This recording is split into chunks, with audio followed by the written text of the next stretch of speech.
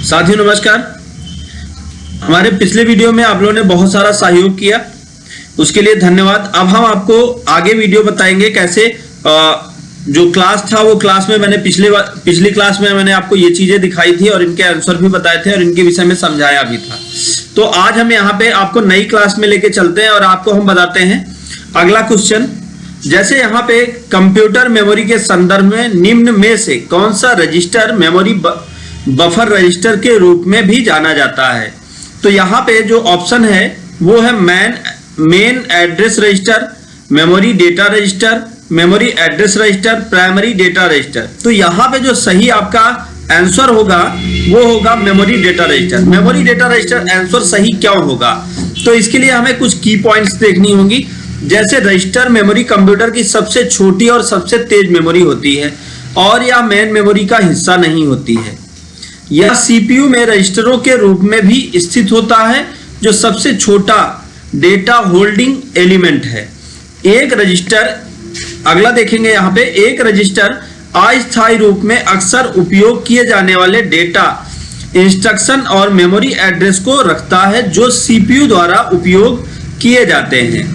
एक memory data register MAR एक register है जिसका उपयोग उन इंफॉर्मेशन को रखने के लिए किया जाता है जो मेमोरी से सेंट्रल प्रोसेसर में ट्रांसफर होने की प्रोसेस में होता है। इसे मेमोरी बफर रजिस्टर भी कहा जाता है। अतः जो आपका जो विकल्प सही है वो 2 नंबर का विकल्प सही है। मेमोरी डेटा रजिस्टर में मेमोरी एड्रेस रजिस्टर MAR द्वारा निर्दिष्ट मेमोरी लोकेशन में मान की एक कॉपी होती है। तो हम इसमें एडिशनल कुछ इंफॉर्मेशन हमने जो ऐड कर रखी है आप उसको देख सकते हैं यहाँ पे। जैसे मेमोरी एड्रेस रजिस्टर या MAR सीपीयू में एक अस्थायी स्टोरेज या एक पैरेलल लोडिंग रजिस्टर है जिसमें रीड या राइट के लिए अलग मेमोरी एड्रेस होता है। MAR की कंटेंट सीधे एड्रेस बस से जुड़ी होती है और मेमोरी यूनिट के ट्रांसफर एड्रेस को संभालने के लिए उपयोग की जाती है। अगला देखेंगे यहाँ पे, मेमोरी से रीड करते समय MAR द्वारा डेटा एड्रेस को मेमोरी डेटा रजिस्टर MDR में स्टोर किया जाता है और CPU द्वारा उपयोग किया जाता है। अगला यहाँ पे देखें, मेमोरी में राइटिंग के दौरान CPU MDR से डेटा को मेमोरी लोकेशन पर राइट करता है जिसका एड्रेस MAR में स्टोर किया जाता है। अगला क्वेश्चन यहाँ पे आप देखें, कंप्यूटर ऑर्गेनाइजेशन में निम्नलिखित में से कौन सा बस का प्रकार नहीं है। तो इसमें हम देखेंगे सबसे पहला data bus, address bus, control bus, memory बस। तो यहाँ पे जो आपका सही आंसर होगा वो होगा मेमोरी बस। मेमोरी बस आंसर सही क्यों होगा, इसके लिए हमें इसकी कुछ की पॉइंट समझने होंगे।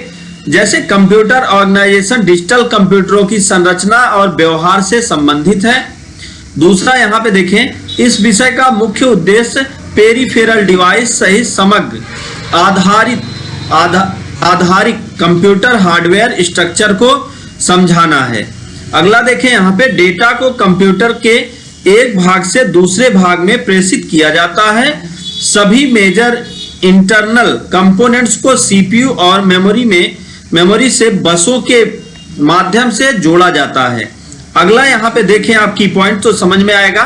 एक बस एक कंप्यूटर से जुड़े होते हैं, एक बस एक कंप्यूटर से जुड़े होते हैं, एक बस एक कंप्यूटर से जुड़े कंपोनेंट्स या डिवाइस के बीच एक कड़ी है। उदाहरण के लिए बस मदरबोर्ड के माध्यम से CPU और सिस्टम मेमोरी के बीच डेटा वाहन करता है। अब यहाँ पे अगर इसको देखें तो 3 प्रकार के बस होते हैं। पहला बस एड्रेस बस, दूसरा डेटा बस और तीसरा कंट्रोल बस। मेमोरी बस जैसा बस का कोई प्रकार नहीं होता, अतः विकल्प 4 सही है।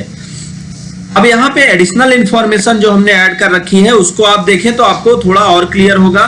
Data bus memory unit, IO device और प्रोसेसर के बीच डेटा वाहन करती है और यह बाई डायरेक्शनल है। इसमें संबंधित हार्डवेयर कंपोनेंट्स जैसे तार और ऑप्टिकल फाइबर शामिल होते हैं। डेटा बस में 8, 32, 64 आदि अलग अलग लाइंस होती हैं जो डेटा बस की चौड़ाई को संदर्भित करती हैं और डेटा ट्रांसफेरिंग दर निर्धारित करती हैं। अगला यहाँ पे देखें, एड्रेस बस मेमोरी और प्रोसेसर के बीच डेटा के एड्रेस को ले जाती है और मेमोरी में विशेष लोकेशन को आइडेंटिफाई करने में मदद करती है। अगला यहाँ पे अगर आप देखें तो यह प्रोसेसर से अन्य कंपोनेंट जैसे कि प्राइमरी स्टोरेज और इनपुट आउटपुट डिवाइस में मेमोरी एड्रेस को भी ले जाता है। एड्रेस बस यूनिडायरेक्शनल है। कंप्यूटर के भीतर सभी एक्टिविटी को कंट्रोल और कोऑर्डिनेट करने के लिए कंट्रोल बस सीपीयू और अन्य डिवाइसेस से स्थित संकेत से कंट्रोल कमांड लेती है। यह घड़ी की नब्ज भी वाहन करती है और वन डायरेक्शनल होती है। तो दोस्तों आज का वीडियो बस इतना ही। अगर वीडियो अच्छा लगा हो तो लाइक जरूर करें और ज्यादा से ज्यादा लोगों तक शेयर करें।